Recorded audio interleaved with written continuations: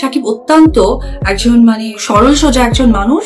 এই সরল সোজা মানুষকে উনি এবার সরকার বিরোধী আন্দোলনের ইস্যুতে শাকিব খানকে গ্রেপ্তার করেছে বাংলাদেশ পুলিশ প্রশাসন বাহিনী, যে খবরটি রীতিমতো ভাইরাল হয়েছে সোশ্যাল মিডিয়ায়।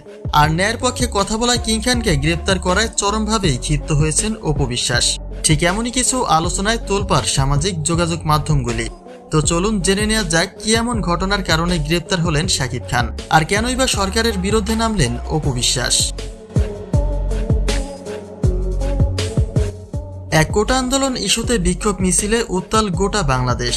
যদিও কোটা সংস্কার ইস্যু থেকে এখন সরকার পদত্যাগের হুমকির মুখে পড়েছেন প্রধানমন্ত্রী শেখ হাসিনা। একটা ইস্যুকে কেন্দ্র করে বিভিন্ন শ্রেণীর নানা পেশার নাগরিকদেরই দেখা মিলছে আন্দোলনের মাঠে, যার মাঝে বিশেষ আলোচিত হচ্ছেন চিত্রনায়ক শাকিব খান।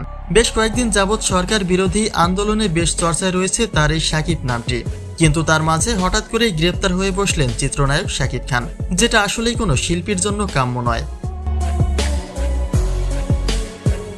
সম্প্রতি গতকালের প্রকাশিত একটা ভিডিও চিত্র একটা শ্বাসরুদ্ধকর আলোচনা তৈরি করেছে, কেননা সরকার বিরোধী আন্দোলনের এই টানটান উত্তেজনায় গ্রেপ্তারের কবলে পড়েছেন শাকিব খান, যে কথাটি মুহূর্তেই ভাইরাল হয়েছে সামাজিক যোগাযোগ মাধ্যমে। সরকার বিরোধী এই আন্দোলনের মাঝে হঠাৎ একটা খবরের হেডলাইনে দেখা যায় সরকারের বিরুদ্ধে আন্দোলন করে গ্রেপ্তার হয়েছেন শাকিব খান, যা যথারীতি নিছক একটা মিথ্যে কথা।